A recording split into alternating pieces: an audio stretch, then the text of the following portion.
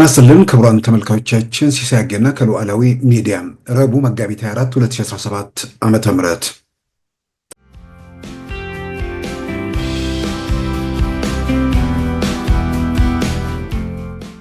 ሌላኛው የሚነሳው ጥያቄ በተለይ ከሰሞኑ በሰፊው እየተሰራጨ ያለ አነሳው ከኤርትራና ከትግራይ ኃይሎች ጋር በተደጋጋሚ ትገናኛላችሁ ይባላል።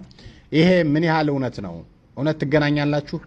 በፊት ግንኙነት ባይኖረንም ወደፊት ግን የህልውና አደጋችን ተጋርጦ መጥቷል። ልክ በአማራው ላይ እየተደረገ ያለው በሌሎችም ላይ አንዣቧል። ከዚህ የተነሳ ወደፊት ግንኙነት ማድረጋችን አይቀርም።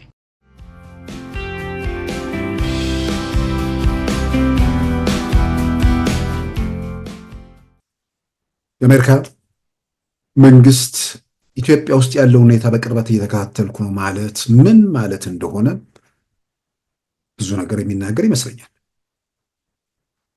ማርኮ ሩቢዮ ከጠቅላይ ሚኒስትር አብይ ጋር በአካባቢው ጉዳይ ላይ ተነጋገሩ ሲባል ምን ማለት ነው የሚለውንም አብሮ ማስተዋል ያስፈልጋል።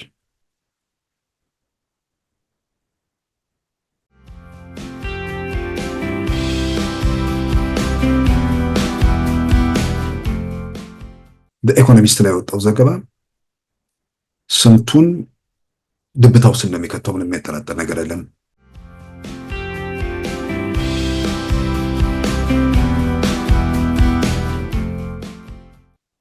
አንድ ሰው እንደሚያልመው ነው የሚኖረው። ስልጣን ማስጠበቅ ከሆነ ስልጣን ብቻ ነው። ሀገራዊ ህልም የያዙ ሰዎች በቀውስ በመከራ በፍዳ መሃል ምን ማድረግ እንደሚችሉ ደግሞ ከታሪክ ገጽ ላይ ያነበብን ሳይሆን በአይናችን እያየን የምንዳሰሰው እውነት ነው። በእሳት መሃል በቀውስ መሃል ምን እየተደረገ እንደሆነ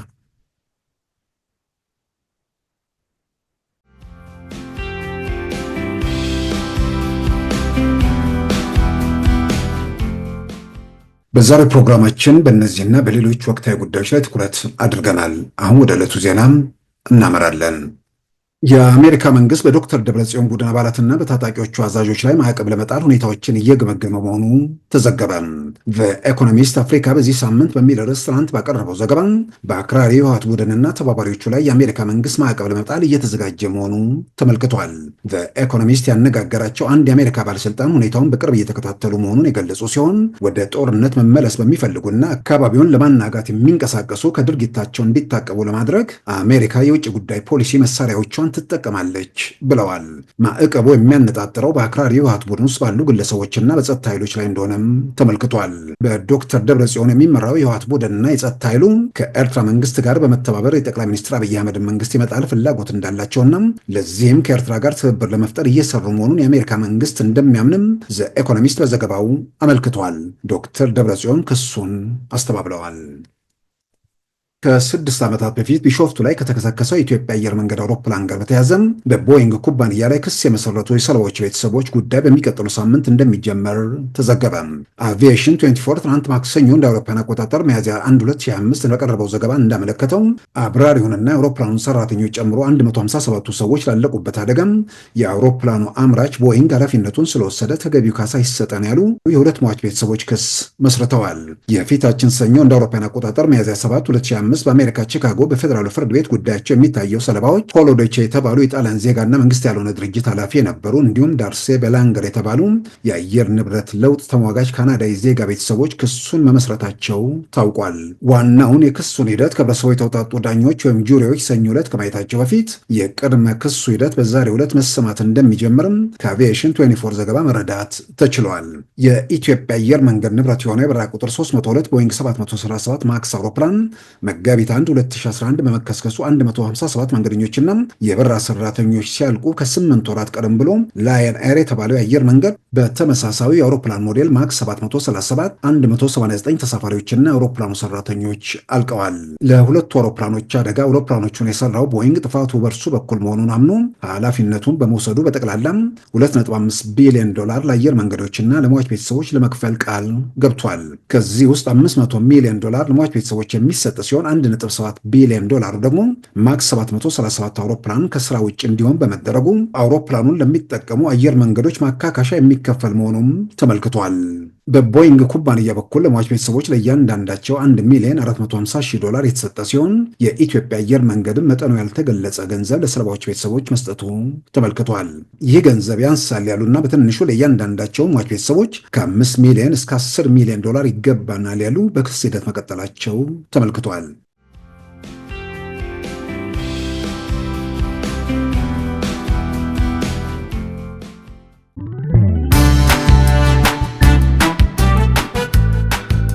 ሉዓላዊ ሚዲያን ይደግፉ።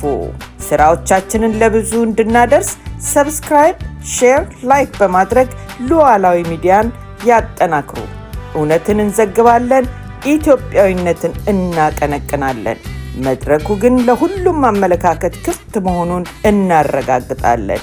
ሉዓላዊ ሚዲያ።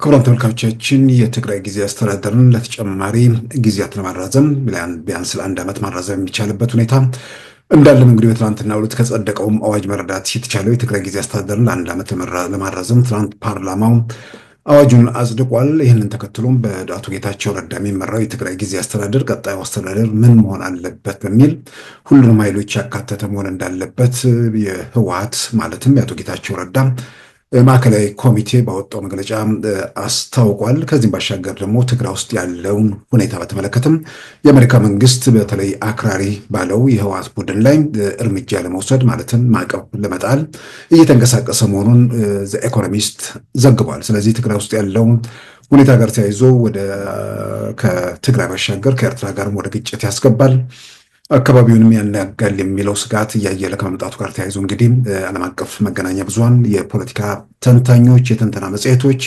በጉዳዩ ላይ ተከታታይ ዘገባዎችን ሲያቀርቡ ነበር የቆዩት። ኢኮኖሚስት እንግዲህ ትላንት እንደ አውሮፓውያን አቆጣጠር ሚያዝያ 1 2025 ባወጣው ዘገባም የአንድ የአሜሪካ መንግስት ባለስልጣንን በጠቅሶ ነው እንግዲህ ሁኔታዎችን በቅርብ እየተከታተልን ነው፣ ይሄ ቡድን ከኤርትራ ኃይሎች ጋር ትብብር ለመስራት እየተንቀሳቀሰ መሆኑንም አሜሪካ መረጃ እንዳላት የገለጸችበት ነው። ይህንን ዶክተር ደብረጽዮን ማስተባበላቸው ተገልጿል።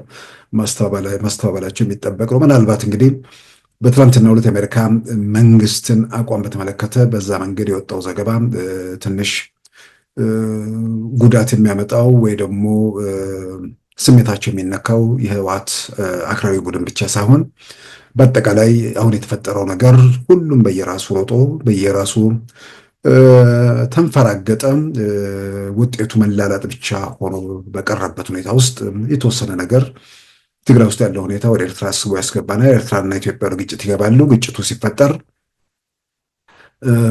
የኢትዮጵያ መንግስት ይዳከማል። የተዳከመ መንግስት ደግሞ በጋራ ሆነን እንገፋለን። ከዛ በኋላ ደግሞ እኛ እንገፋፋለን ብለው ያው እንገፋፋለን አይደለም። የኢትዮጵያ መንግስት ከወደቀ ሁሉም ለየራሱ የተለየ ግምት አለው። እኔ ሌላኛውን በጥፊ እየመታው የበላይነቴን አስከብራለሁ፣ ግን በእርግጠኝነት ሸኔውም ፋኖም ህወሓትን በጥፊ መተን የሚሉ አይመስለኝም። በአጠቃላይ ያለው ነገር ግን በትግራይ ውስጥና በአካባቢ የተፈጠረው ሁኔታ በዓለም አቀፉ ማህበረሰብ ከማስጋቱ ባሻገር ያ ሁኔታ ከቁጥጥር ውጭ እንዳይወጣ ደግሞ እንዳይጀመር ግፊት እያደረጉ ነው። የኢትዮጵያ መንግስትም በዚህ ረገድ የራሱን በቂ ዝግጅት እያደረገ መሆኑን ይታመናል። የምናያቸውም በተለያዩ መንገድ የሚወጡ መረጃዎችም ያንን እያረጋገጡ ያሉበት ሁኔታ ነው። ምናልባትም ከጊዜ ወደ ጊዜ ስጋቶቹን የሚቀንሱ ነገሮች እንደምናየው ምናልባት ይሄ ነገር የሸኔ መሪዎች ላይ ማዕቀብ መጣል፣ የፋኖ መሪዎች ላይ ማዕቀብ መጣል የሚባል ነገር ቢመጣ ብዙ ያን ያህል ተጽዕኖ ላይታይ ይችላል። የቲፒኤልኤፍ መሪዎች ግን በአብዛኛው ገንዘብ ያሸሹ በተለያየ መንገድ ጥቅማቸውን በተለያየ ቦታ እንትን ያሉ ሰዎች ስለሆኑ እነሱ ላይ የማዕቀብ የሚባለው ነገር የሚፈጥርባቸው ስጋት አለ። ከምንም በላይ ከማዕቀቡ በላይ አሜሪካ ወይ ደግሞ በምዕራባውያኖቹ አካባቢ ይህንን ጉዳይ የማይደግፉት ከሆነ ተያይዞ የሚመጡ ጣጣዎችም ግልጽ ናቸው። ምናልባትም አንዳንድ የኤርትራ አክቲቪስቶች በጣም ይገርሙኛል። ምናልባትም የቲፒኤልኤፍ የምናምን ጦርነት ጊዜ የት የነበሩ ናቸው እስክል ድረስ ነው እስክንገረም ድረስ እና አሁን የኦጋዴን ነጻነት ግንባር ከሆነ መስመር ውስጥ ወጣ። ከዛ በኋላ የኢትዮጵያ መንግስት አለቀለት። የኢትዮጵያ መንግስት አለቀለትና ያንን አውዳሚ ጦርነት የተሻገረ መንግስት ነው። ይሄ የተፈነካከተና በየስርቻው እንትን ያለ ቡድን ከዚህ በኋላ ምን ሊያመጣ ምን ሊለውጥ የሚችልበት ሁኔታ አለ። ይልቁንም እነዚህ ሰዎች ማሰብም ግራ ቀኝ መመዘን ያለባቸው በኢትዮጵያና በኤርትራ መካከል ሰላሙ መረጋገጥ ነው እነሱም የሚጠቀሙት። ኤርትራ በዓለም ላይ ያላትን ቦታ ያውቃሉ። እዚህ አካባቢ ላይ የኢትዮጵያ መንግስት የሆነ ነገር ለመለወጥ ቢፈልግ ከፍተኛ ዓለም አቀፍ ድጋፍ እንደሚያገኝ የሚያጠራጥር ነገር አይደለም። ስለዚህ ለኢትዮጵያም ለኤርትራም የሚጠቅመው ይህን የተፈነካከተ በየስርቻው የሚተኩስ የዘር ድርጅት የሆነ ነገር ኢትዮጵያ መንግስት ላይ ባኮረፈ ቁጥር ኢትዮጵያ ያለቀላት ወይ ደግሞ የአብይ መንግስት እንዲሆን የሚል አይጠቅማችሁም። እውነት ለመናገር ለኢትዮጵያም ለኤርትራ መነጋገሩ ነው የሚጠቅመው። ከዛ ያለፈ ነገር ካለ ዓለም አቀፉ ሁኔታ አሰላለፉ ምን እንደሆነ ግልጽ ነው። ሁለቱ መንግስታት ተነጋግረው የሁለቱን ህዝብ ዘላቂ መብትና ጥቅም ማስከበር በሚችሉበት ሁኔታ ላይ እንጂ ይሄ በየሰፈሩ በየስርቻው እየተኮሰ ያለ ቡድን ድንገት ተሰባሰበና የኢትዮጵያ መንግስት ምንም የሚመጣ የሚለወጥ ነገር የለም። ዓለም አቀፉን ሁኔታ ግምት ውስጥ አስገብተው የሚመጣውን አደጋ በሚገባ ተገንዝቦ አደጋው በማን ላይ በለጠ አደገኛ እንደሆነ በሚገባ ማሽተት፣ ከስሜት ባሻገር ነገሮችን መገምገም፣ በተለይ የትግራይ ምንድነው የኤርትራ አክቲቪስቶች ራሳቸው የሚመረምሩ ጥሩ ነው። ይህንን የፋኖ ፍንክትካች፣ የሸኔ ፍንክትካች፣ የኦጋዴን ብሔራዊ ነጻነት ግንባር የሆነ ተወሰነ ጊዜ በሰላም የመጣ ነው። ለሱ እንደሌሎቹ ማበሻቀጥ ቢያስፈልግ አይመስለኝም። ግን እነሱም ቆመው ራሳቸውን መመርመርና ወደ ሀዲዱ መመለስ ነው። ካለቀ ከተደመደመ በኋላ የረብሻው የግርግሩ ዘመን የሚረብሹት የሚግርግር የሚፈጥሩት በቁንጥጫ ጆሯቸው እየተመዠለገ መስመር እየያዙ በመጡበት ሁኔታ ውስጥ እዚህ ሁኔታ ውስጥ መግባት የሚጠቅመው ነገር አይደለም። ምናልባት ከኤርትራ ጋር የተፈጠረው ነገር እሱም አይበጅም። የኢትዮጵያ መንግስት ወደዛ አይነት ሁኔታ ውስጥ ልግባ ካለ ዓለም አቀፉ ሁኔታ በጣም በጣም በጣም ያግዘዋል። ግን ለኢትዮጵያም ለኤርትራም ያ ሁኔታ አይጠቅማቸውም። ለኢትዮጵያም ለኤርትራም የሚጠቅመው ትግራይ ውስጥ አኩርፎ ምንድነው ከስልጣንና ከዘረፋ ውጭ ህልም የሌለው ህይወቱ ፍልስፍናው ሌብነት፣ ጥቅም ብቻ የሆነን ቡድን ለሆነ ለመደገፍ የሚደረግ ሙከራ፣ ሌላ የፈራረሱ ቡድኖችን ለማንሳት የሚደረግ ጥረት አደጋው ማን ላይ የበለጠ እንደሆነ ማስተዋሉ በጣም የሚጠቅም ይመስለኛል። ስለዚህ በሚበጅ ነገር ላይ ወደ ኢትዮጵያና ኤርትራ እንደ ሀገር ሁለቱ መጠቀም የሚችሉበት ህዝቡ መረዳዳት የሚችልበት ሁኔታም አንዱ የሌለው ለሌላው ሰጥቶ በአካባቢ ሰላም ዘላቂ ሰላምን ማረጋገጥ የሚቻልበት ሁኔታ ላይ የትኛው ይበጃል የሚለው ነገር ላይ መሄድ እንጂ ፍንክትካቾችን ሰብስቦ የሆነ ነገር ለመፍጠር የሚደረገው ሙከራ የሚያስከትለው አደጋ ግልጽ ይመስለኛል። ስለዚህ ከእንዲህ አይነት ከማይረባ እንትን ውስጥ መውጣቱ በተለይ የኤርትራ አክቲቪስቶች ጋር ማየው ነገር እጅግ እጅግ በጣም ይገርመኛል። ያኔ እንደውም አንዳንዶች የቲፒኤልኤፍ ጦርነት ጊዜ ነበሩ ላለው በዚህ ደረጃ ሲወራጩ በፍንክትካቾች በስብርባሪዎች በደንብ አድርገው በተመቱ በየሰፈራቸው በሚርመጠመጡ ኃይሎች ኢትዮጵያ ላይ ምንም ነገር መፍጠር የሚቻልበት ሁኔታ የለም። ይልቅንም ራሱን ከእውነታው ጋር መስማማትና በዘላቂ ነገር ላይ መነጋገሩ ለሁሉም ይበጃልና ይህን አጉል የብርቱካንም ጉዳይ እቺ ልጅ ሰጎን ብትረብሸው ምንድነው ቲያትር የሰራችሁ ማለት ነው። አሁን ቲያትር መሆኑን ያጠራጥር ነገር አይመስለኝም። የእሷ ጉዳይን የኤርትራ አክቲቪስቶች በቃ አብረው እንትን ሲሉ ይገርመኛል። የሆነ ግርግር ተፈጥሮ ኢትዮጵያ ላይ የሚመጣ ነገር የለም። ያ የግርግር የውዝግቡ የምናምን ግርግር ፈጣሪዎቹ ችግር ፈጣሪዎቹ ተራ አክቲቪስት ሆነዋል። ዛሬ የማይደመጡ ትርጉም የሌላቸው ሰዎች ሆነዋል። የሚተኩሱት ወደ የስርቻ ወርደዋል። ኢትዮጵያ ውስጥ ትርጉም ባለው ነገር ሁኔታዎች እየተለወጡ ነው። ይልቁንም ትርጉም ካለው ኃይል ጋር የሁለቱን ሀገራት ሰላምና ወዳጅነት ማዝለቅ በሚቻልበት ሁኔታ ላይ መምከር፣ መዋየት፣ ዘላቂ ነገር መውጫ መፈለግ። በፍንክትካች ኢትዮጵያ ላይ ማምጣት የሚቻል ምንም ነገር እንደሌለም ቆም ብሎ ማየት፣ መረዳት፣ መገምገም አስፈላጊ ነው። የአሜሪካ መንግስት ኢትዮጵያ ውስጥ ያለው ሁኔታ በቅርበት እየተከታተልኩ ነው ማለት ምን ማለት እንደሆነ ብዙ ነገር የሚናገር ይመስለኛል። ማርኮ ሮቢዮ ከጠቅላይ ሚኒስትር አብይ ጋር በአካባቢው ጉዳይ ላይ ተነጋገሩ ሲባል ምን ማለት ነው የሚለውንም አብሮ ማስተዋል ያስፈልጋል። የፕሪቶሪያ ስምምነት ጋር ተያይዞ እንዲህ አይነቱ ውዝግብ ውስጥ መገባትም ያለበት ነገር አይመስለኝም። ኤርትራ በመግለጫ የፕሪቶሪያ ስምምነት አይደለም የሚል ነገር ተናግራለች። ግን ጠቅላላ ማንም ሰው የኢትዮጵያና የኤርትራ ውዝግብ ምንድን ነው ቢል የፕሪቶሪያ ስምምነት ነው ማይል ማንም የለም። በእርግጥ ነው አንዳንድ መረጃዎች ትንሽ ቀደም ያሉ ከዚሁ ከጦርነቱ ጋር የተያዘ የፕሪቶሪያ አይነት ነገርም ባይሆን መወጣቱን በተመለከተም ተቃውሞ ነበራቸው። ዞሮ ዞሮ ከዛ ጦርነት ጋር የተያዘ ነገር ነው። የኢትዮጵያ መንግስት ዓለም አቀፍ ጫና ያለበት መንግስት ነው። ኤርትራ ዓለም አቀፍ ጫና ኖሮባት ተቋቁመዋለች። የህዝብ ቁጥሯም ትንሽ ነው።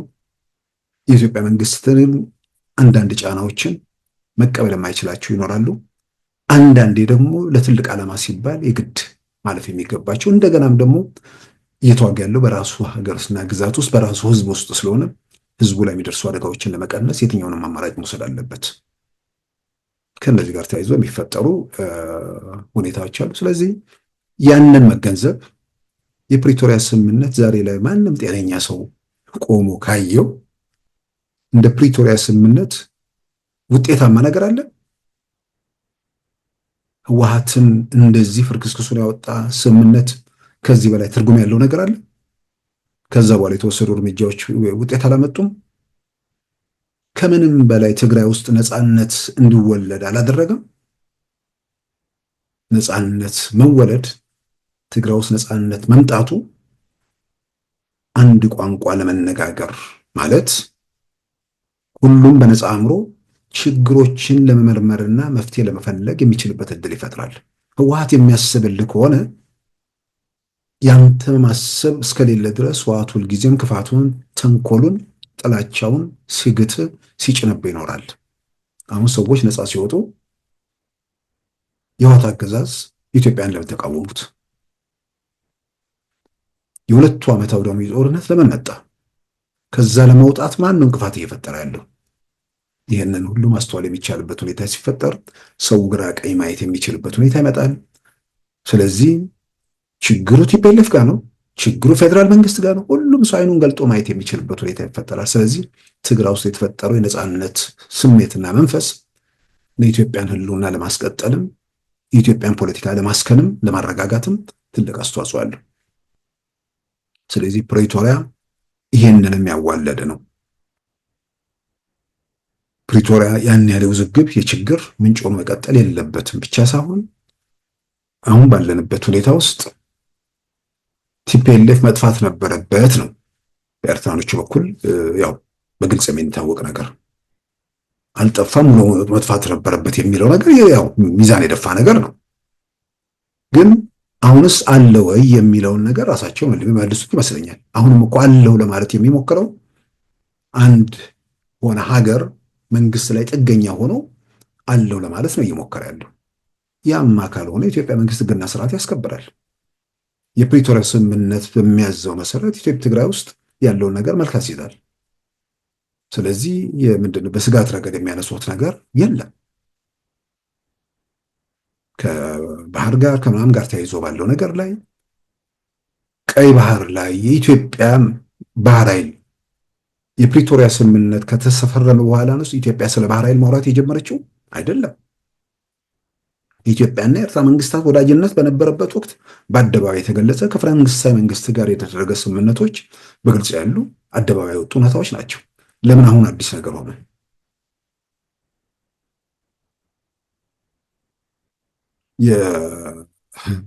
የ10 ምናምን ሺህ ማይል እነ አሜሪካ እነ ቻይና እነ ጣሊያን እነ ፈረንሳይ ዓለም ጠቅላላ ቀይ ባህር ላይ ተሰብስቦ ባለበት ሁኔታ ውስጥ በ50 እና በ60 ኪሎ ሜትር ርቀት ላይ ያለችው ኢትዮጵያ ቀይ ባህር ላይ መውጣቷን ከግብፅ ጋር በጋራ ሆኖ ቀይ ባህር ተጋሪ ያልሆኑ ቀይ ባህር ላይ እንዲያወጡ እናደርጋለን የሚለው በምን መመዘኛ ተቀባይነት ይኖረዋል?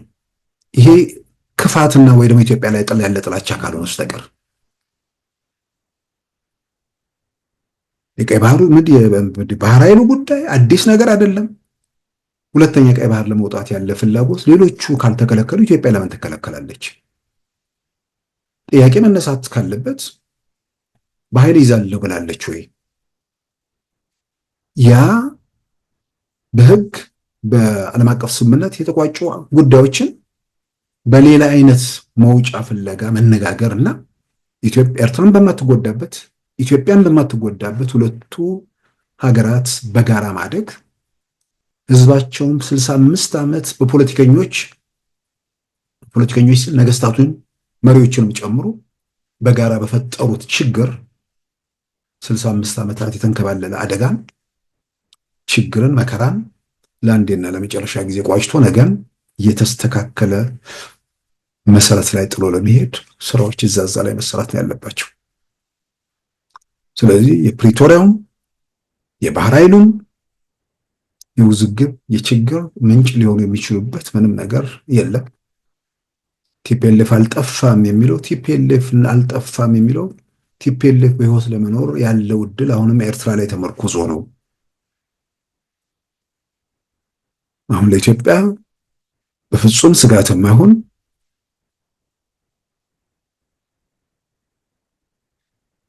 የትግራይም ህዝብ አንቅሮ የተፋው የሌቦች የዘራፊዎች ቡድን በአንድ በኩል አለ። የትግራይ ህዝብ ደግሞ ከመከራ እና ከስቃይ በቃ ለአንዴና ለመጨረሻ ጊዜ መውጣት አለበት ብሎ ደግሞ በዛ ረገድ የሚሰራን ቡድን አለ። ስለዚህ ይሄንን አክራሪ ከአካባቢው ጠንቅ የሆነ ቡድን አስተንፍሶ በህግና ስርዓት አስይዞ ወይ ደግሞ ወደ ቀልቡ ተመልሶ ለሰላም አስተዋጽኦ እንዲያደርግ ሆኖ የኢትዮጵያና የኤርትራ ወዳጅነት ብቻ ሳይሆን በትግራይና በራሱ በኤርትራ ህዝብ መካከል ሁልጊዜም ችግር የለም። ምንም ጥያቄ ውስጥ የሚገባ ነገር አይደለም። ሁልጊዜም የፖለቲከኞች ችግር። ስለዚህ ያንን ድንበሩን ምናምን በህግ የተሰመረ ድንበር አለ። ግን ከዛ ውጭ ግን የህብረተሰቦች የእርስ በርስ ግንኙነትን ማጠናከር በሚቻልበት ሁኔታ ላይ ስራ መስራት ነው። ግለሰቦች ታሪክ ይለውጣሉ። ታሪክ ሰሪው ህዝብ ነው ይባላል። ታሪክ ሰሪዎች ግለሰቦች ናቸው። አሁን እያየን ያለ ነው። ለማልማትም ለማጥፋትም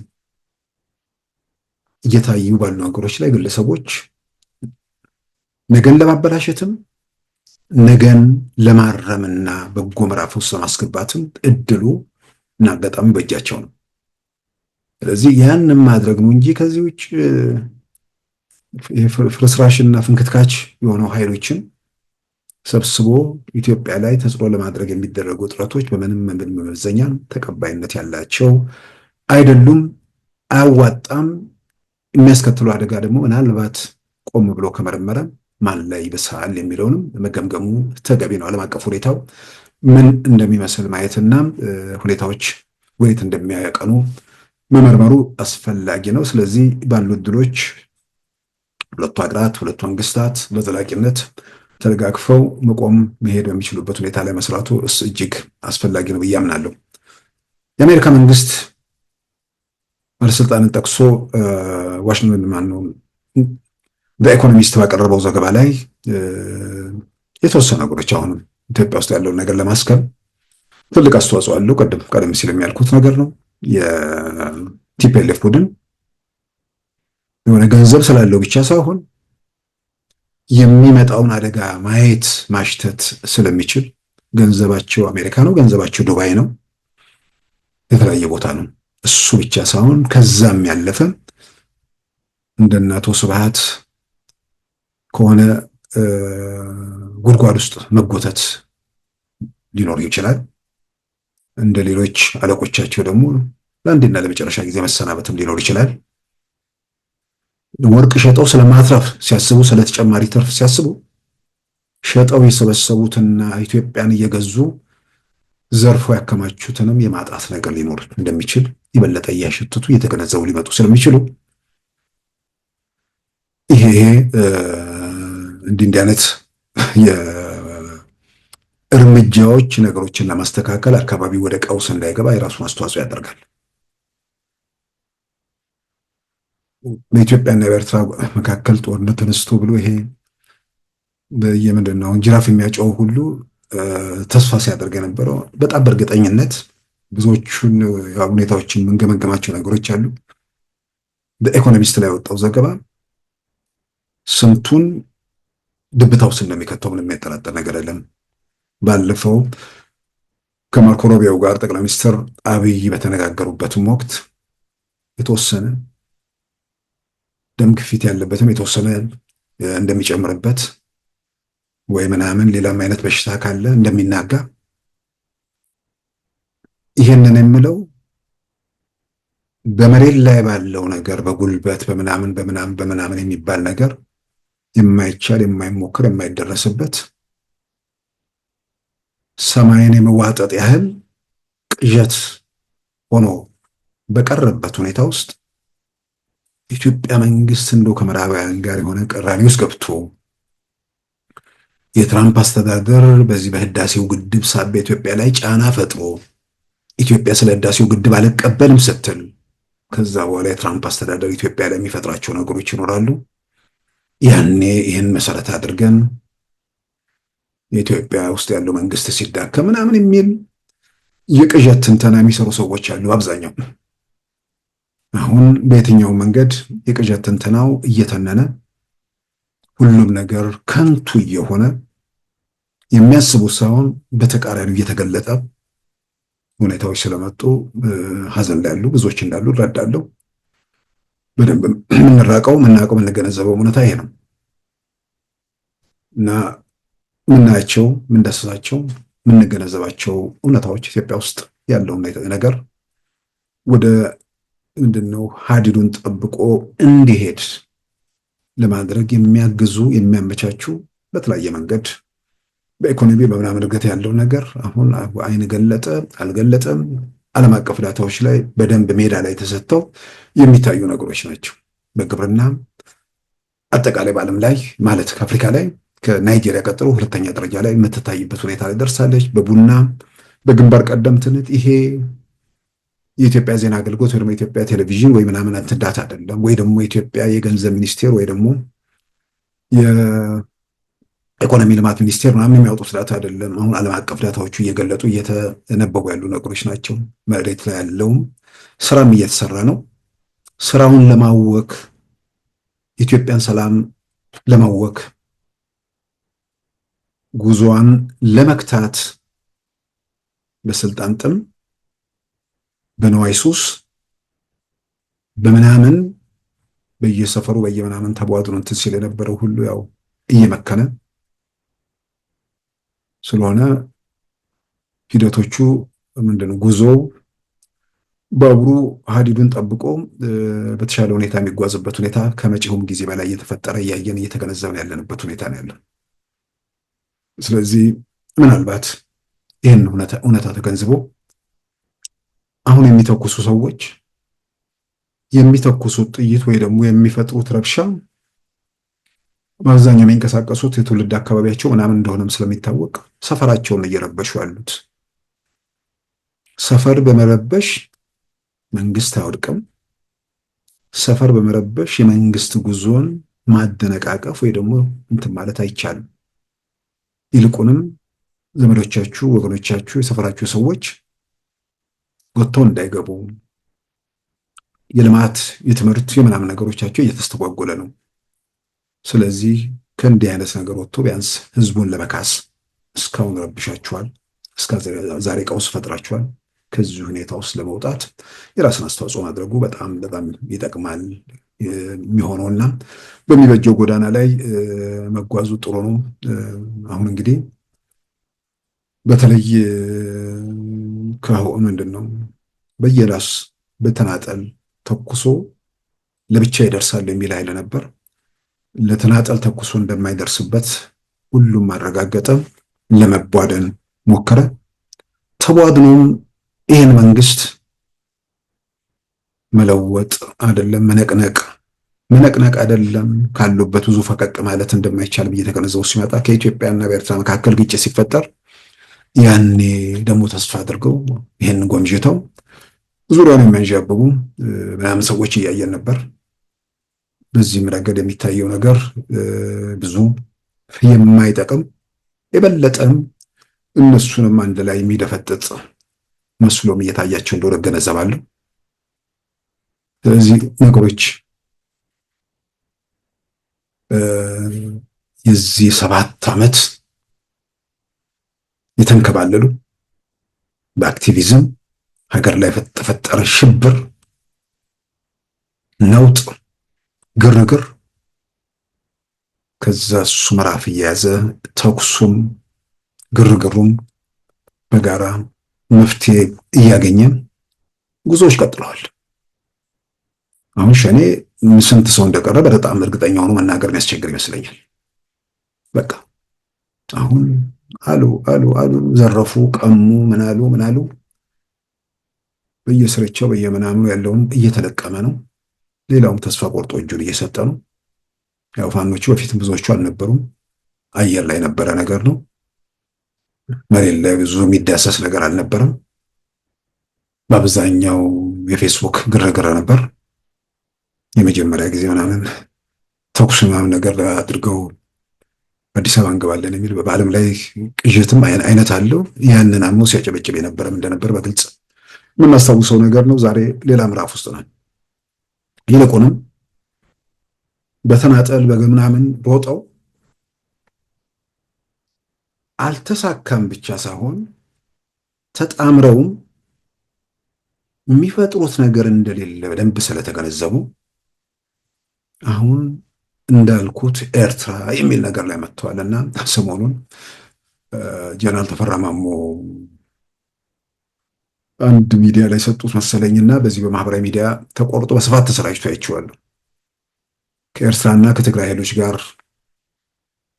እየተባበራችሁ ነው የሚል ነገር ይሰማል ለሚል ጥያቄ ቀርቦላቸው አይ እኛ እየተባበርን አይደለም፣ ግን ወደፊት መተባበራችን አይቀርም፣ ምክንያቱም የህልውና አደጋው በእነሱም ላይ ጭምር ስለመጣ የጋራ ሆነዋል ለሚል ነገር አመጡ። ሌላኛው የሚነሳው ጥያቄ በተለይ ከሰሞኑ በሰፊው እየተሰራጨ ያለ አነሳው ከኤርትራና ከትግራይ ኃይሎች ጋር በተደጋጋሚ ትገናኛላችሁ ይባላል። ይሄ ምን ያህል እውነት ነው? እውነት ትገናኛላችሁ? በፊት ግንኙነት ባይኖረንም ወደፊት ግን የህልውና አደጋችን ተጋርጦ መጥቷል። ልክ በአማራው ላይ እየተደረገ ያለው በሌሎቹም ላይ አንዣቧል። ከዚህ የተነሳ ወደፊት ግንኙነት ማድረጋችን አይቀርም። እንግዲህ በየፌርማታው ላይ ሐሳብ እየለዋወጥክ መጓዝ አስቸጋሪ ነገር ነው። ለምን መታገል እንደፈለግ፣ ለምን ጫካ መግባት እንደወሰንክ፣ ምን ብለህ ጫካ ገባ፣ ምን ብለህ መተኮስ ጀመርክ፣ እሱን መጀመሪያ መግለጥ ነው ራስ። ሁሌ ለውጡ ከመጣበት ጊዜ ጀምሮ ጎልቶ የሚሰሙ ሁለት ነገሮች አይደሉም። ከኢትዮጵያ ሕገ መንግስት ጋር ተያይዞ ጨምሮ ቲፒኤልኤፍ እዚህ ሀገር ያሰፈነው የዘረኝነት ስርዓት አማራውን የገፋ ባይተዋር ያደረገ በጠላትነት የፈረጀ ምናምን የሚል አይደለም። እዛ ውስጥ የሚገነሱት ነገሮች አንዳንዶቹ ትክክል ናቸው። ምንም ጥያቄ ውስጥ የሚገባ ነገር አይደለም። ብሔር ብሔረሰብ የተባለውን አንድ ማህበረሰብን ጠላት አድርጎ በዛ መልክ ለመፍረድ የተሞከሩ በዛም ስራዎች ሲሰሩ የነበሩ መሆናቸው ግልጽ ነው። እሱ ላይ ብዥታ ያለ ሰው ያለ አይመስለኝም። ሲያንቆለጳጵሱት ግን ምንድነው ዲሞክራሲያዊ ነው ምናምን ምንድነው ምናምን ብሔርተኝነት ይሉታል። ብሔርተኝነት ዲሞክራሲያዊ ምናምን የሚባል ብሔርተኝነት አይደለም። ብሔርተኝነት ዘረኝነት ነው።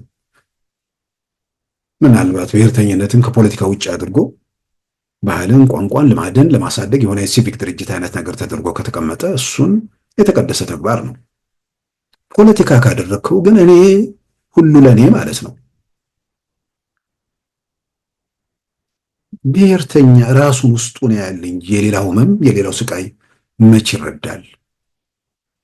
ስለዚህ ጠላት የሚባል ነገር ተፈጠረ።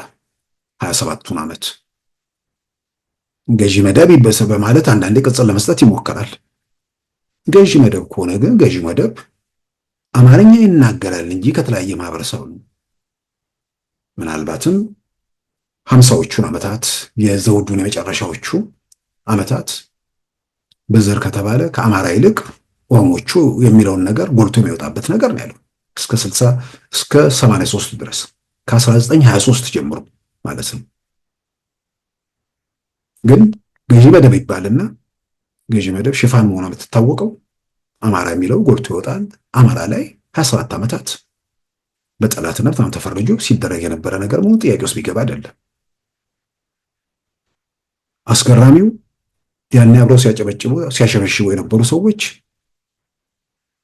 በኋላ አማራ ነፃ ሲወጣ ቲፒኤልኤፍ ለምን ሄደብን በሚል ቁጭት በሚመስል መልኩ ሀገሩን የረብሻ የእውቀት ምድር አደረጉት። መጀመሪያ ላይ ከኦሮሞ አክራሪዎች ጋር ኦሮሞ አክራሪ በሌላ በኩል የአማራ አክራሪ በሌላ በኩል ደቡብ ላይ ደግሞ ክልል ጠያቄ ምናምን የሚል አክቲቪዝም ምናምን የሚል ሀገሪቱን እኮ ነውጥ ውስጥ ከተዋት ነበር እኮ። አሁን ስንቆይ የረሳ ነው የተሻገርነውንና በኢትዮጵያ የጸጥታ ኃይሎች አደብ የተገዛውን ነገር እየዘነጋ ነው። ካልሆነ የግርግር የቀውስ የትርምስ ሰዎች ተዘግዝቀው የሚሰቀሉበት በድንጋይ ተወክለው የሚገደሉበት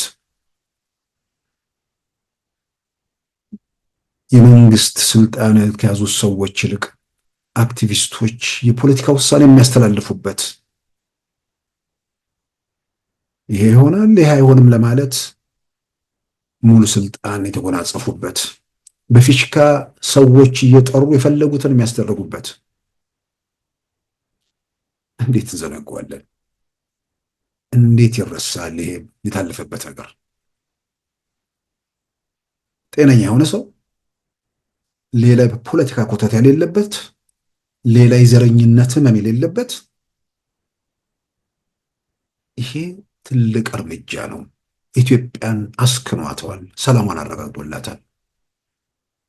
ሲተኩሱ የነበሩ ሰዎችን እየተነፈሱ ነው።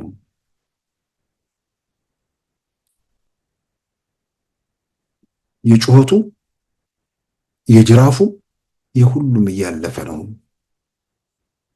ስለዚህ ዘላቂ ሰላም መረጋገጥ የሚችልበት ሁኔታ ላይ እየተጓዝን ነው። ከኤርትራ ጋር እሱ ላይ ጎምጅተው ተስፋ የሚያደርጉ ሰዎችም የሚሆን አይመስልም።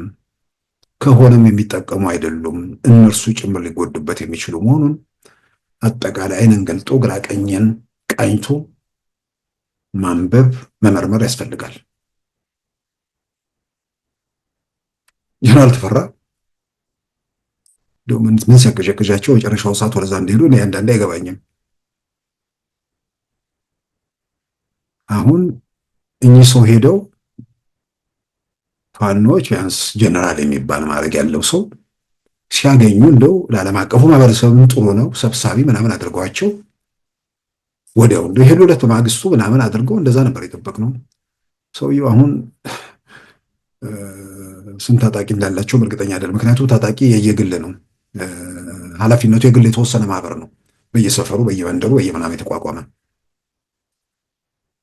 ስለዚህ ምናልባት ለመግለጫ ለምናምን ሲፈልጉ ይጠሯቸዋል መሰለኝ እና የህልውና አደጋ አሉ እሳቸው። የህልውና አደጋ ስለተጋረጠባቸው እነሱም ላይ የጋራ አጀንዳ ነው።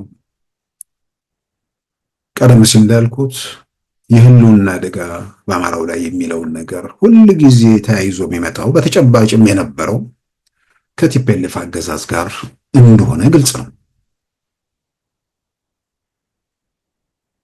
በሁለተኛ ደረጃ የህልውና አደጋ ተብሎ እየተጠቀሰ ያለው ከአማራ ክልል ውጭ የሚኖረው የአማራ ተወላጅ፣ በነገራችን ላይ እሱ ሁሉም ያስቀኝ ነገር ነው። አማራ ክልል የሚባለውን የማያውቁ ትዝም የማይላቸው ምንም አታችመንት የሌላቸው ሀገራቸው እዛው የሆኑ ሰዎች አሉ። አያት ምናምን ቅድመ አያት ምናምን ሊሆን ይችላል። አንዳንዶቹ ቋንቋንም ጨርሶ ምናልባትም ያሉበት የአካባቢ ቋንቋ ሞር የሚጫናቸው አሉ። እነዛን ሁሉ በማያውቁት ባልዋሉበት ባይተዋር የማድረግ በጠላትነት የመፈረጁ ነገር በቲፒኤልኤፍ ዘመን ያየነው የእነ አርባ ጉጉ ምናምን ጭፍጨፋ እያልን የምንጠቅሳቸው ብዙ ነገሮች አሉ። የነበደኑ ምናምን እያልን እንሄድ እንችላለን። ይሄንን አምጥቶ ከዛ በኋላ በህገ መንግስቱ ላይ ጭምር ምንድነው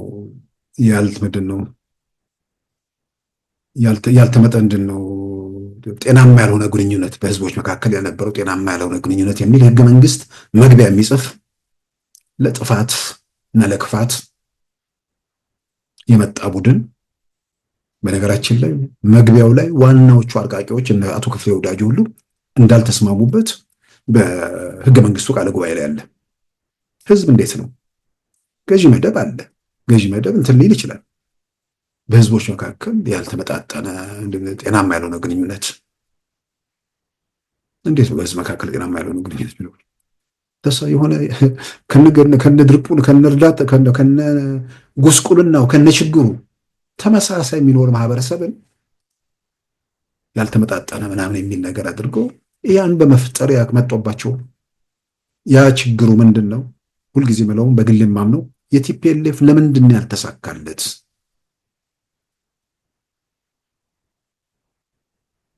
ለምንድን ነው ያልተሳካው? ህልምህ ነው። ስልጣንን ለምንድን ነው የምትፈልገው? ትልቅ አገር፣ ትልቅ ህዝብ፣ ዓለም የተለወጠበትና እርዳታ በገፍ የሚፈስበት ዘመን ተአምር መስራት የሚችሉ ሰዎች ህልምህ ግን የአፄ ዮሐንስ ዙፋን ወደ ሸዋ ሄደ፣ ያን ዙፋን አስመልሳለሁ ብቻ ከሆነ ዙፋኑን ለማስጠበቅ ብቻ ነው የምትኖረው። እስከ መጨረሻው የሚያደረጉት ያንን ነው። 80 ምናምን ብሔረሰብ ባለበት ሀገር ውስጥ ሀገሩ የአንድ ሰፈር ሰዎች የግል ርስት ሆኖ 27 ዓመት ቀጠለ።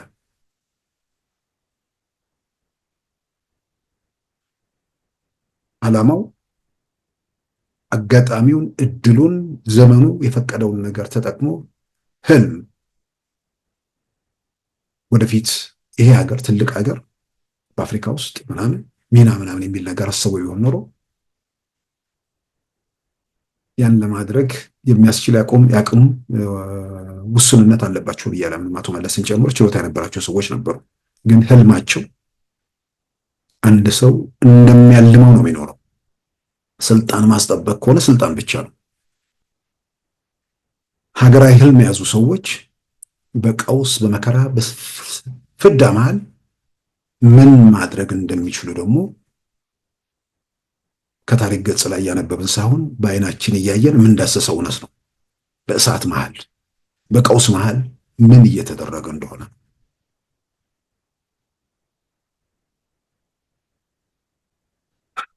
አሁን ይህን ለምን አሁን የሚታየውን ነገር ሰዎች ለምን አላዩም የሚሉ ጥያቄ የሚያነሱ ሰዎች አሉ። ብርቱካን ጥሩ ምሳሌ ነች። የብርቱካንን ጉዳይ ላለማመን እኮ የሚንገታገጥ ሰው አለ እኮ።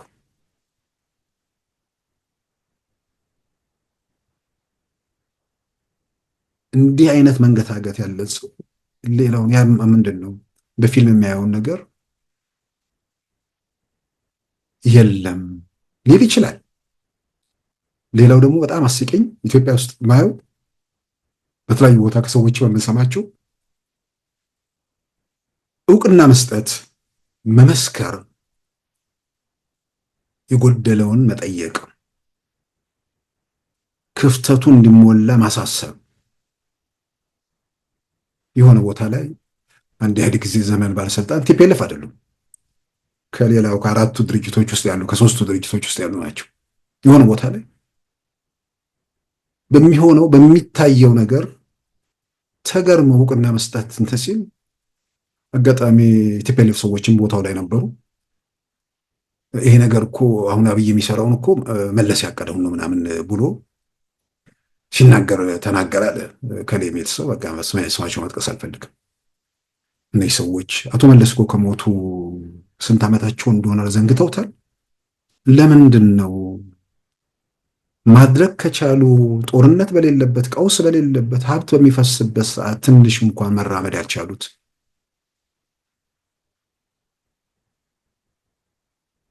የጥይት ፋብሪካ ሲመጣ የንጉሱ ደጋፊዎች ያኔም እኮ ጥይት ፋብሪካ ነበረ፣ ኦኬ፣ አሁን ግን ድሮን ፋብሪካ ነው። የከባድ መሳሪያ ጥይት ፋብሪካ ነው። የከባድ መሳሪያ ማምረቻ ነው። ምናልባት ከዚህ ጥይት ምናምን ወይ ደግሞ ከጦር መሳሪያ ጋር ተያይዞ እርምጃ ያሳየው ደርግ ነው። መሰረቱን ደግሞ ጣሉ ብለን ወደኋላ ሄደን አፄ ቴዎድሮስ እንጠቅሳለን፣ ሴባስቶፖልን።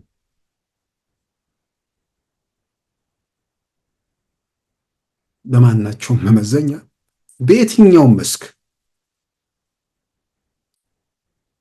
ሰፈር ላይ ተቀምጠ ስልጣን ላይ የኔ ሰፈር ሰው የለም ወይ ደግሞ ለምን አልሆነም የሚል ህመም ካልሆነ ደግሞ እንደሱ እንዳንል ደግሞ እዛው የሰፈራቸው ሰው እዛው ምናምን የሰፈራ የሚሉ ሰዎች የሰፈራቸው ሰውም ስልጣን ላይ ኖረው እኔ ቦታው ላይ ካልተቀመጥኩ እንደዚህ ያንተ ሰፈር ሰው ያንተ ቀበሌ ሰው ያንተ ወረዳ ያንተ ወይ ደግሞ መንደር ሰው እንዲቀመጥ ከፈለክ ሰፈርህን ለብቻዋ ማውጣትና ከቻልክ እንትን ማድረግ ነው። በዙር እና ድርስ ብንል እንኳን እንትን ምንድነው ያለም ፍጻሜ ይመጣል። ለእኔም ለሌላውም እኩል ይሰራል የሚል ነገር ውስጥ መግባቱ ብዙ መልኩ የሚጠቅም ነገር ይመስለኛልና ጀነራል ተፈራ የህልውና ብለው ወደ ጫካ ሲወጡ የሚጠቅሷቸው ሁለት ነገሮችን ነው። ከቲፒኤልኤፍ ህገ መንግስት ጋር ተያይዞ የመጡ ጣጣዎች፣ ኦሮሚያ ክልል ውስጥ የንጹሃን መገደል። ከቲፒኤልኤፍ ጋር ተያይዞ በህገ መንግስት የመጡና ህገ መንግስታዊ ማሻሻያ የሚጠይቁ ጉዳዮችን በተመለከተ የኢትዮጵያ መንግስት ደጋግሞ የገለጸው የምክክር ኮሚሽኑ ዘላቂ መፍትሄ ለማምጣት እየሰራ መሆኑ የተገነገረበት፣ ህገ መንግስቱ ላይ በርካታ ችግሮች አሉ፣ ወይ ቀዶ መጣልም ይሁን ማሻሻልም ይሁን የምክክር ኮሚሽኑ ያየዋል። ስለዚህ ስልጣን ላይ ያለው መንግስት በራሱ መንገድ ከማስተካከል በጋራ መክረብ እናርመው ወደሚል ነገር ሄደ። የሸኔን ጭፍጨፋ ሰራዊቱ በተወጠረበት ኃይሉ በተበታተነበት ከመንደር ሽፍታ ይልቅ ሮኬት ይዞ ወደሚተኩሰው በማዘንበል እዛ ላይ ትኩረት በመደረጉ እነዚህ ጨፍጫፊዎች እድልና አጋጣሚ ተሳክቶላቸው ከሙሾ አውራጆቹ ጋር ተቀናጅተው ንጹሃንን ሲጨፈጭፉ የነበሩበት ታሪክ ግልጽ ነው። እነዚህ ኃይሎች እየተመቱ እየመነመኑ እየኮሰመኑ ሲመጡ የንጹሃኑ እልቂት ጋብ አለ። ስለዚህ የህልውና አደጋ የሚባለው ከህዝባዊ ወያነ ሓርነት ትግራይ ከሸኔ እንደገናም በኋላ ወደ መጨረሻው ለመተኮስ ፋኖቹ ምክንያት የሚያደርጉት ቲፒኤልኤፍ ትጥቅ አልፈታም፣ እኛን ለማስፈታት ይሞከራል፣ ሌሎች ክልሎች አልፈቱም፣ የአማራ ልዩ ኃይል እሱ ተረት መሆኑ ተደራርሰላስ ተገለጸ። ሁሉም ክልል ፈታ። ህወሓት ካስላልፈታ እኛን ለአደጋ ለማጋለጥ ህወሓት ታጥቆ አማራ የህልውና አደጋ አለበት የሚለው በዋናነት ከህወሓት ጋር አልነበር እንዴ ሲያዝ የነበረው? የህልውና አደጋ ደቅኖብኛል ከሚለው ኃይል ጋር ተባብሮ አብሬ እሰራለሁ የሚለው ጥያቄው የህልውና አደጋ ሳይሆን የስልጣን ጥያቄ ወይም የስልጣን ፍቅር ነው ማለት ነው።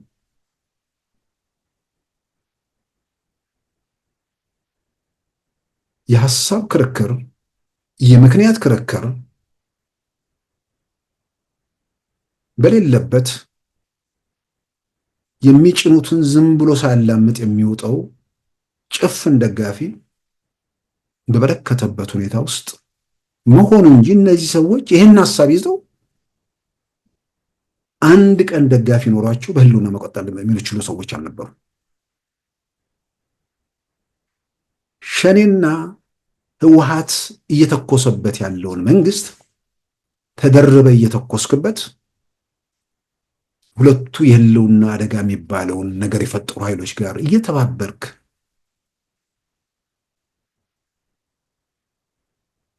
በስውር ምናምን ቀርቶ አሁን በአደባባይ አብሬ ይተባበራል የሚል አዋጅ በአደባባይ እያስነገሩ ጥያቄው የህልውና አደጋ ሳይሆን የስልጣን ጥያቄ መሆኑን የበለጠ የሚያረጋግጥ ነው። ስልጣን ያለው መንግስት የህልውና አደጋ የሚለው ባለውን ነገር ከሸኔና ከቲፒኤልኤፍ ውጭ የሆነውን ነገር ህገ መንግስት የቲፒኤልኤፍ ያመጣውን አልለወጥክም፣ የሸኔን ግድያ አላስቆምክም ነው። አሁን እያስቆመ ነው። ህገ መንግስቱን የምክክር ኮሚሽኑ እየፈታው ነው። ስለዚህ ምንድን ነው ይሄ መንግስት በአማራ ህዝብ ላይ የፈጠረው የህልውና አደጋ? እንዳልኩት የምክንያት ክርክር በሌለበት ጭፍን አድማጭ ሳላምጥ የሚውጥ የደነዘዘ ተከታይ በረከተበት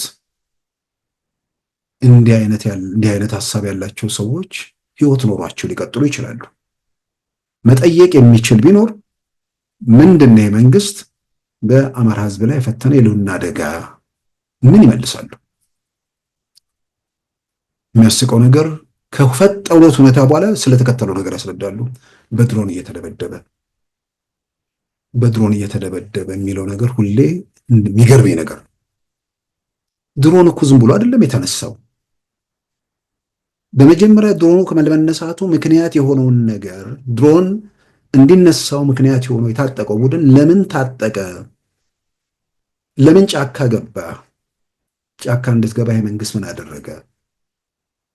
ከዛ በኋላ ለምን እንደ ድሮ ከኔ ጋር እንደኔው በክላሽ ለምን አልተዋጋም የሚለው የሚሰራ ነገር አይደለም። የሰራዊቱን ሞት መቀነስ አለበት። የሰራዊቱን ጉዳት መቀነስ አለበት። ዘመኑ ረቋል። የሰዎች ላይ የሚደርሱ ጉዳቶችን ለመቀነስ የሚሰሩ ስራዎች አሉ። ስለዚህ ጥያቄው መነሳትም ካለበት እውነተኛ የህዝቡ ላይ የሚደርስ ነገር የሚያሳስባቸው ከሆነ እነዚህ ሰዎች አቅም እስኪያድረጁ፣ ደጋግሜ የሚለው አቅም እስኪያድረጁ ከህብረተሰብ ውስጥ መውጣት፣ ህዝቡን ንጹሐኑን ሰብአዊ ጋሻ ከማድረግ መቆጠብ፣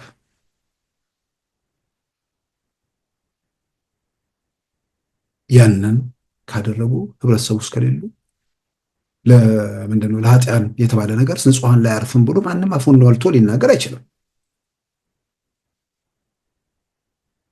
የዛን ያህል ደግሞ ከፍተኛ ጥንቃቄ የሚያስፈልጋቸው ጉዳዮች መሆናቸው የሚያጠራጥር አይደለም።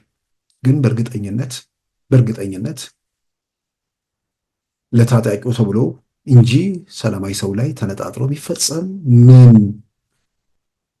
ሰው በራሱ ላይ በህዝቡ ላይ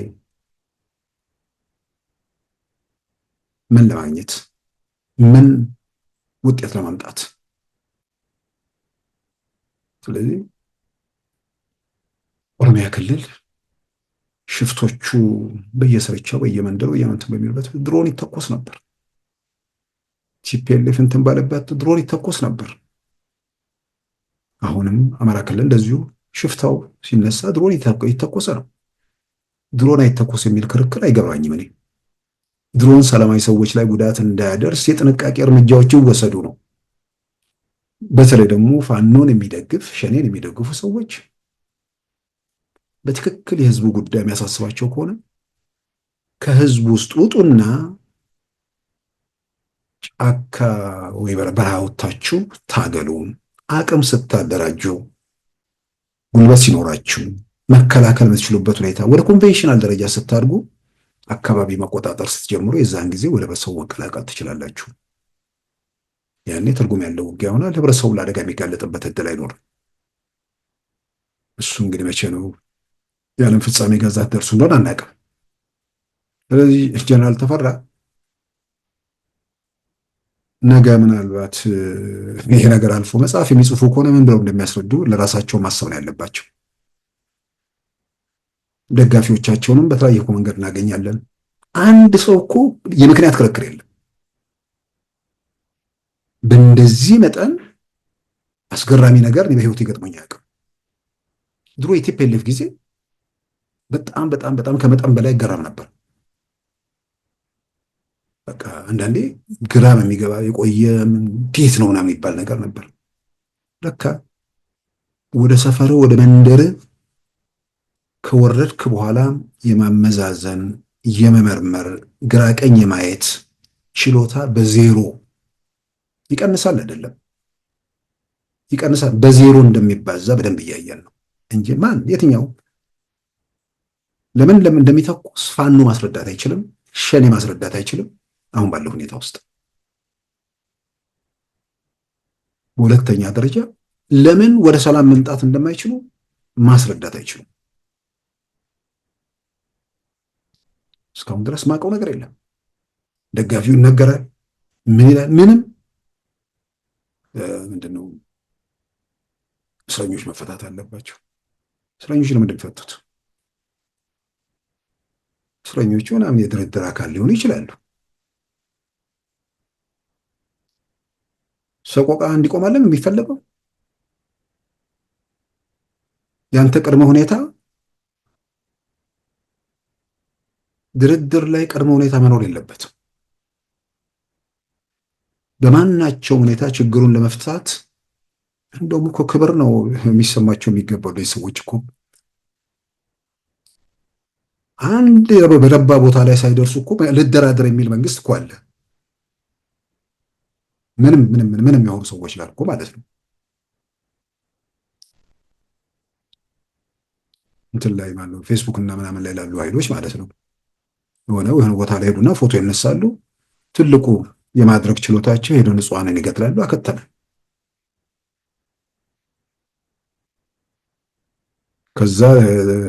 ከዚህ ቀደም ያነሳሁት ነገር ነው። ዩኒፎርም አለች። እቺ ዩኒፎርም ትልቁ ከመሳሪያ በላይ ዩኒፎርም ነው። ሸኔም ፋኖም የሚፈልጉት የመከላከያ ዩኒፎርም፣ የፌዴራል ዩኒፎርም እንዲህ ነገር ይወዳሉ። ይሄ ድብታ ውስጥ የገባ ምንም ኃይል ህይወት ዘርቶ ለማስነሳት የሚደረጉ ጥረቶች እና በአጠቃላይ ቲፒኤልኤፎቹም እየቀናቸው አይመስለኝም። ይሄ አክራሪውን ነው የምለው። አክራሪ የሚለውን ሃርድ ላይነር በሚል ራሱ እነዚ ኢኮኖሚስት ላይም እየገለጿቸውን አክራሪ መሆናቸውን ዓለም ተገንዝቧል። ኤርትራን ተደግፈው ተለጥፈው እንደገና አሻግረው ስልጣን እየጎመዡ ይታየው ነበር። ዝም ብሎ ሳይደርሱበት እየመከነ ነው።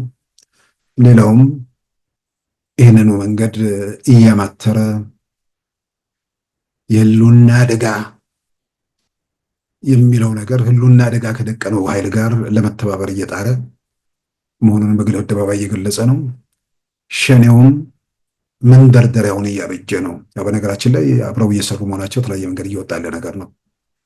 ራሱ መግለጫ ሲያወጣ የኦጋዴን ብሔራዊ ነጻነት ግንባር ወደ ሰላም ሂደቱ ምንድን ነው ወደ ረብሻ ሂደት ውስጥ ለመቀላቀል ከወሰነ በኋላ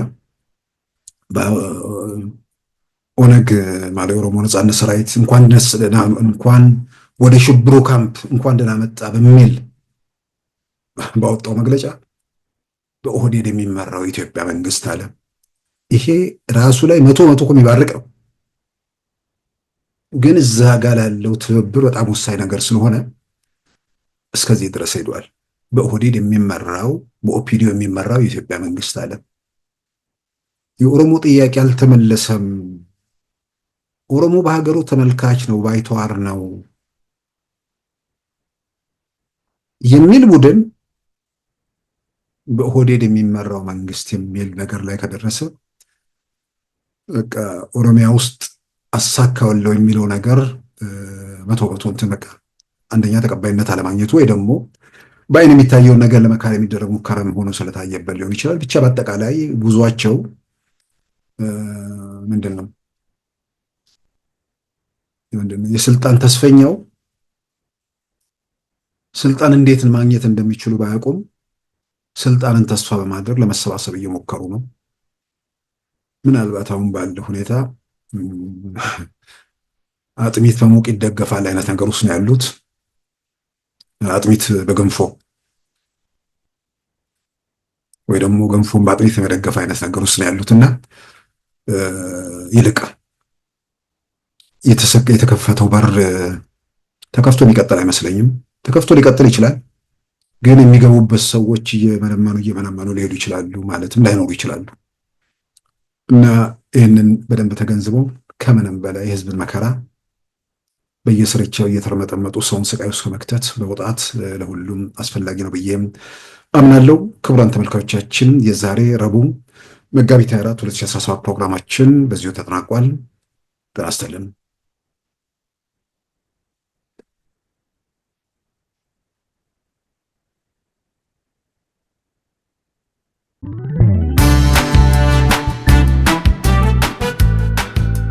ሉዓላዊ ሚዲያን ይደግፉ። ስራዎቻችንን ለብዙ እንድናደርስ ሰብስክራይብ፣ ሼር፣ ላይክ በማድረግ ሉዓላዊ ሚዲያን ያጠናክሩ። እውነትን እንዘግባለን፣ ኢትዮጵያዊነትን እናቀነቅናለን። መድረኩ ግን ለሁሉም አመለካከት ክፍት መሆኑን እናረጋግጣለን። ሉዓላዊ ሚዲያ